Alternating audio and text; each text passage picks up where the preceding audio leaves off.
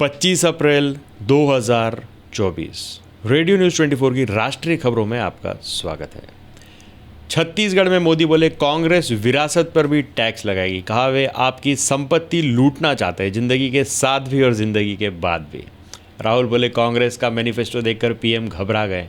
भाजपा दलित OBC की history मिटाना चाहते हैं। जाति जनगणना को कोई शक्ति नहीं रोक सकती। प्रियंका बोली मेरी मां का मंगलसूत्र देश पर कुर्बान हुआ। पीएम वोट के लिए डरा रहे। मोदी ने कहा था कांग्रेस मंगलसूत्र गहने लेकर पैसे बांट देगी। ईवीएम वीवीपैट वेरिफिकेशन पर सुप्रीम कोर्ट में सुनवाई जारी। जब प्रशांत भूषण बोले फ्लैश मेमोरी रीप्रोग्राम हो सकती है, जस्टिस खन्ना ने कहा ईसी पर भरोसा करना होगा। रामदेव बालकृष्ण ने विज्ञापन केस में दूसरा माफ़ीनामा छपवाया। कोर्ट ने कहा था कि साइज़ ऐसा ना हो कि माइक्रोस्कोप से पढ़ना पड़े। जम्मू कश्मीर के बांदीपुरा में सुरक्षा बलों और आतंकियों के बीच मुठभेड़, 2 जवान घायल हुए। ममता बोली भतीजे अभिषेक को जान से मारने की कोशिश। कहा गद्दारों ने बम फेंकने की धमकी दी। बीजेपी सबको सलाखों के पीछे डालना चाहती है। डीआरडीओ ने बनाई सबसे हल्की बुलेट प्रूफ जैकेट। स्नाइपर की 6 गोलियां नहीं भेज सकी। आर्मी चीफ बोले युद्ध में जाने से नहीं हिचकिचाएंगे अब जवान। राजौरी हत्याकांड के पीछे विदेशी आतंकवादी अबू हमजा। जम्मू कश्मीर पुलिस ने 10 लाख रुपए का इनाम घोषित किया था।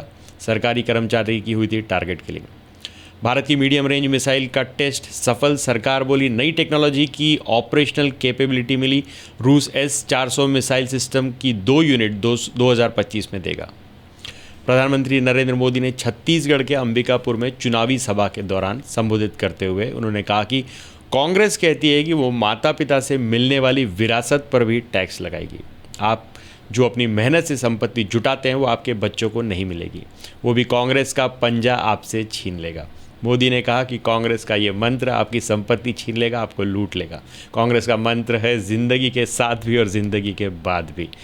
जब तक आप जीवित रहें कांग्रेस आपको ज़्यादा टैक्स से मारेगी। जिन लोगों को पूरी कांग्रेस पार्टी पैतृक संपत्ति मानकर अपने बच्चे को दे दी, वो नहीं चाहते कि सामान्य भारतीय अपने बच्चों को दे। उन्होंने कहा जब मैं विकसित भारत कहूँगा तो कांग्रेस वालों का और दुनिया की कुछ और ताकतों का माथा गर्म हो जाएगा।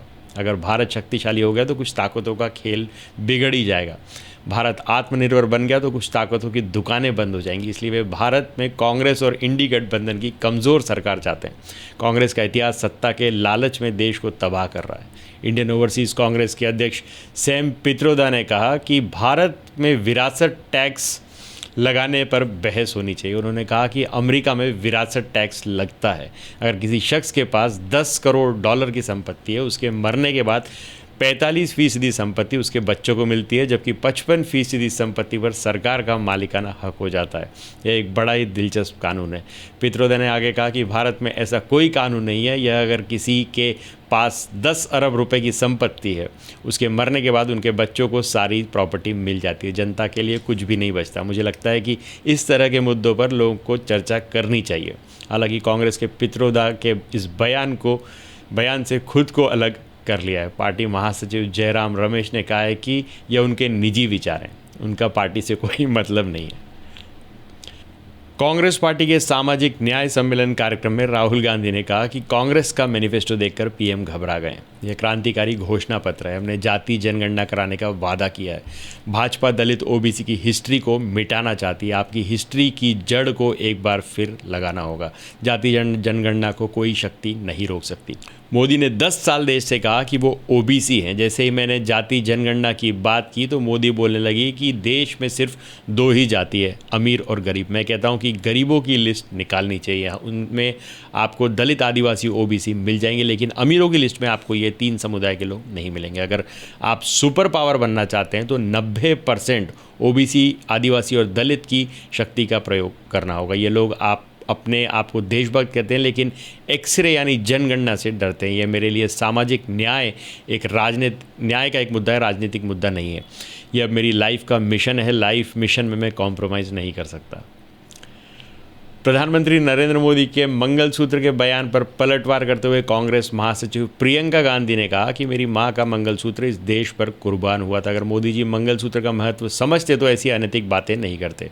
प्रियंका बेंगलुरु में एक चुनावी जनसभा को संबोधित कर रही थी। अपने 45 मिनट के भाषण में उन्होंने लॉकडाउन, मणिपुर हिंसा, किसान आंदोलन समेत कई मुद्दों पर सवाल उठाए। प्रधानमंत्री ने राजस्थान की चुनावी रैली में कहा था कि कांग्रेस महिलाओं के गहने और मंगलसूत्र लेकर पैसा ऐसे लोगों में बांट देगी जिसके अधिक बच्चे हैं और जो घुसपैठिए हैं। उन्होंने रविवार 21 अप्रैल को बांसवाड़ा में यह बयान दिया था। इलेक्ट्रॉनिक वोटिंग मशीन ईवीएम के वोटों और वोटरों की वीवीपैट पर्चियों की 100% क्रॉस चेकिंग की मांग पर सुप्रीम कोर्ट में सुनवाई शुरू हो गई है। सुप्रीम कोर्ट ने चुनाव आयोग के अधिकारियों को बुलाया। अदालत ईवीएम की कार्य प्रणाली को लेकर कुछ सवाल पूछना चाहती है। 18 अप्रैल को जस्टिस संजीव खन्ना और जस्टिस दीपांकर दत्ता की बेंच ने 5 घंटे वकीलों और चुनाव आयोग की दलीलों को सुनने के बाद यह फैसला सुरक्षित रख लिया है। पतंजलि, बाबा रामदेव और बालकृष्ण ने बुधवार 24 अप्रैल को अखबारों में एक और माफ़ीनामा छपवाया। इसमें बिना शर्त कोर्ट से माफ़ी मांगी गई। पतंजलि पर अखबारों में विज्ञापन देकर एलोपैथी की खिलाफ नेगेटिव प्रचार करने का आरोप लगाया गया। मामले पर सुप्रीम कोर्ट में सुनवाई चल रही है। पतंजलि ने बुधवार को छपवाए माफ़ीनामे में लिखा, हमसे विज्ञापनों को प्रकाशित करने में हुई गलती के लिए हम ईमानदारी से बिना शर्त माफ़ी मांगते हैं। ऐसी गलती दोबारा नहीं होगी। हम सावधानी के साथ सुप्रीम कोर्ट के निर्देशों का पालन करने का वचन देते हैं। इससे पहले 22 अप्रैल को भी पतंजलि ने 67 अखबारों में माफ़ीनामा छपवाया था और भविष्य में ऐसी गलती नहीं करने की बात दोहराई थी। पतंजलि ने 23 अप्रैल को सुप्रीम कोर्ट में जस्टिस हिमा कोहली और जस्टिस अमानुल्लाह की बेंच को यह जानकारी दी थी। जस्टिस हिमा कोहली ने पतंजलि से पूछा था कि आपके विज्ञापन जैसे रहते हैं, इस माफ़ीनामे का भी साइज़ वही था क्या? कृपया इन विज्ञापनों की कटिंग ले लें और हमें भेज दें। इन्हें बड़ा करने की ज़रूरत नहीं है, हम इसका वास्तविक साइज़ देखना चाहते हैं। जम्मू कश्मीर के बांदीपुरा जिले में सुरक्षा बलों और आतंकियों के बीच मुठभेड़ बुधवार 24 अप्रैल सुबह से चल रही है। इसमें 2 जवान के घायल होने की सूचना मिली है। पुलिस ने बताया कि आरागाम और बांदीपुरा के जंगलों में सुबह आतंकवादियों के छिपे होने की सूचना मिली थी। इसके बाद से एनकाउंटर और सर्च ऑपरेशन शुरू किया गया। अभी तक किसी भी आतंकी के पकड़े जाने या मारे जाने की कोई खबर नहीं है। आतंकियों को खोज निकालने के लिए हेलीकॉप्टर का भी सहारा लिया जा रहा है। पश्चिम बंगाल की सीएम ममता बनर्जी ने मंगलवार 23 अप्रैल को कहा कि बीजेपी उनके भतीजे अभिषेक बनर्जी की हत्या करना चाहती है। अभिषेक टीएमसी के महासचिव हैं। ममता बीरभूम से चुनावी सभा संबोधित करने पहुंची थी। उन्होंने यहाँ कहा कि गद्दारों में से एक टीएमसी से बीजेपी में शामिल हुए नेता ने कहा कि वो बम फेंकेंगे। यदि आप मुझसे बैर रखते तो मुझ पर जितना चाहे बम फेंक दें, लेकिन अपने अभिषेक को मारने की कोशिश न करें। हालांकि हमें इसकी जानकारी पहले ही मिल गई थी। रक्षा अनुसंधान एवं विकास संगठन डीआरडीओ ने देश की सबसे हल्की बुलेट प्रूफ जैकेट बनाई। रक्षा मंत्रालय ने मंगलवार 23 अप्रैल को इसकी जानकारी शेयर की। पॉलीमर बैंकिंग और मोनोलिथिक सिरेमिक प्लेट से तैयार की गई इस जैकेट को 6 स्नाइपर गोलियां भी नहीं भेज सकी। मंत्रालय ने कहा कि जैकेट इन कंजंक्शन ICW और स्टैंड अलोन डिज़ाइन सैनिकों को गोला बारूद से सुरक्षा प्रदान करेगा।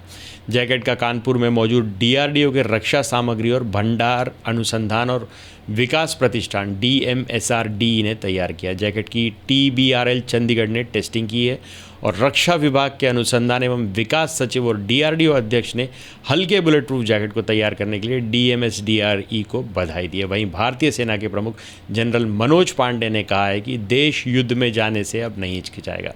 राष्ट्र की सुरक्षा को न तो आउटसोर्स किया जा सकता है और न ही दूसरों की उदारता पर निर्भर रहा जा सकता है। जम्मू कश्मीर के राजौरी में 12 अप्रैल की रात आतंकियों ने टारगेट किलिंग को अंजाम दिया था। मामले की जांच कर रही जम्मू कश्मीर पुलिस ने मंगलवार 23 अप्रैल को दावा किया कि इस हमले के पीछे विदेशी आतंकवादी अबू हमज़ा का हाथ है। यह उनका कोड नेम है। वो प्रतिबंधित आतंकी संगठन लश्कर-ए-तैयबा LET से। पुलिस ने अबू हमज़ा की जानकारी देने पर 10 लाख रुपए का इनाम भी घोषित किया है। पुलिस ने अबू हमज़ा का पोस्टर भी जारी किया है। साथ ही बताया कि हमले के दौरान वो भूरे रंग की शॉल के साथ पठानी सूट पहना हुआ था। उसके पास नारंगी रंग का बैग था। पुलिस ने जानकारी दी है कि अबू शदरा शरीफ और डेर की गली इलाकों में एक्टिव है। वो यहाँ से हुए आतंकवादी घटनाओं में शामिल रहा है। उसके बारे में जो भी जानकारी देगा उसकी पहचान गुप्त रखी जाएगी। भारत ने मंगलवार 23 अप्रैल को मीडियम रेंज बैलिस्टिक मिसाइल का सफल परीक्षण किया। रक्षा मंत्रालय ने कहा कि इस लॉन्चिंग से भारत को नई टेक्नोलॉजी के साथ ऑपरेशनल कैपेबिलिटी मिल गई है। ये टेस्टिंग स्ट्रैटेजिक फोर्सेस कमांड के निर्देशन में की गई थी। ये भी बताया गया कि ये मिसाइल अग्नि मिसाइल परिवार का हिस्सा नहीं है। इस बीच खबर है कि रूस अगले साल तक भारत को S-400 मिसाइल सिस्टम, जो कि एक ज़मीन से हवा में मार करने वाला सिस्टम है, कि बाकी 2 यूनिट अगले साल तक दे देगा। यूक्रेन युद्ध के चलते इस सप्लाई में देर हो गई। भारत और रूस के बीच $5.5 बिलियन, लगभग करीब 45,000 करोड़ रुपए में 5 यूनिट S-400 मिसाइल सिस्टम देने की डील तय हो गई है। इसकी 30 यूनिट रूस अभी तक दे चुका है।